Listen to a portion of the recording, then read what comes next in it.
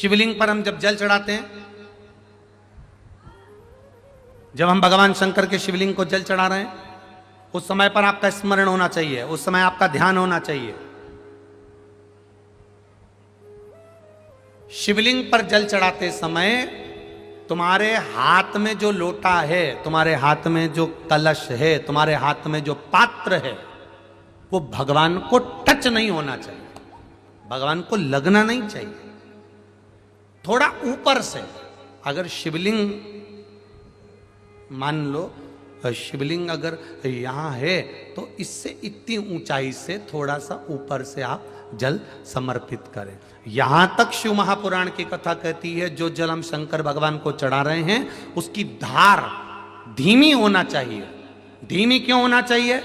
अपने मन की कामना करते हुए, जब हम मुख से भी कुछ ना बोले हों, हम भगवान से कुछ कह ही नहीं पाए हों, तो हमारे घर से जो हम जल लेकर आए हैं, हमारे घर की दशा, जैसे सुदामा जी चावल लेकर गए थे और भगवान कृष्ण ने चावल की पोटली को खोला था, चावल मुख में रख लिया था, चावल केवल पोटली खोले थे और भगवान कृष्ण समझ गए थे कि सुदामा के घर की दशा क्या है। उसी तरह जब हम शिव जी को जल चढ़ाते हैं तो महादेव हमारे घर की दशा समझ जाते हैं कि हमारी दशा क्या है।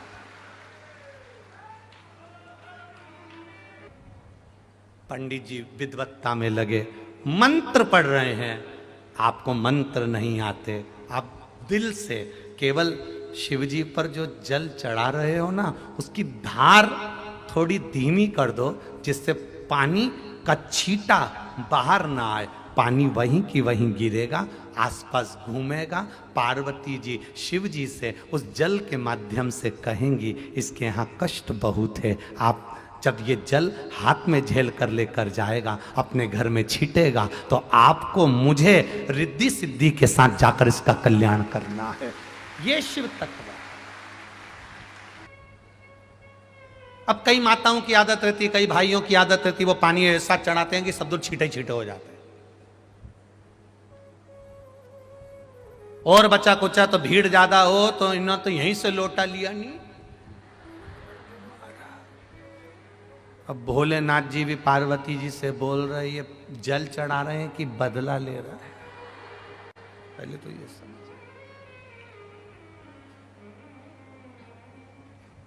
बार हम भगवान को रिझाना चाहते हैं, हम चाहते हैं भगवान हमसे रीझे, पर कई बार अपनी गलती से भगवान रीझता ही नहीं है।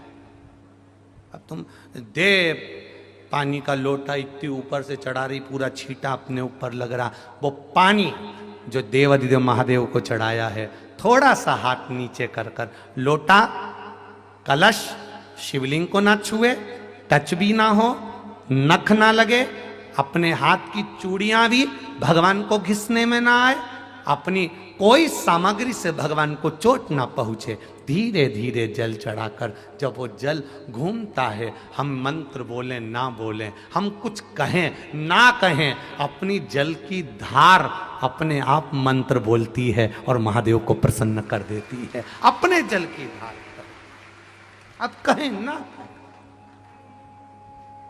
ए for apple, B for ball, चढ़ाओ शिव को जल।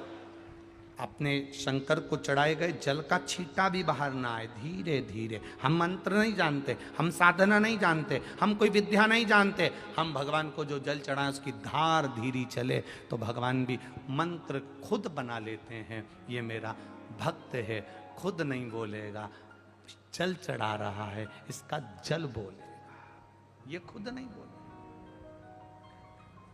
क्यों बोले? दो तरह के सेठ जी होते हैं, तो मेरा गरीबों से निवेदन है, इनकी पहचान अगर उनसे है तो तुम भी कह देना मेरी पहचान कुबेरेश्वर महादेव से है।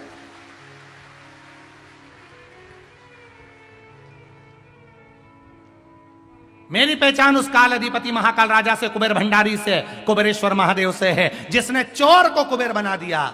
एक दिन मुझे भी देगा, परंतु मैं इतना अभिमान नहीं करूंगा। मुझे विश्वास है जिसने दिया है सब कुछ उसी का है, दोनों हाथों से लगा दूंगा। ये शिव तत्व है, जिसको हमको धारण करना है।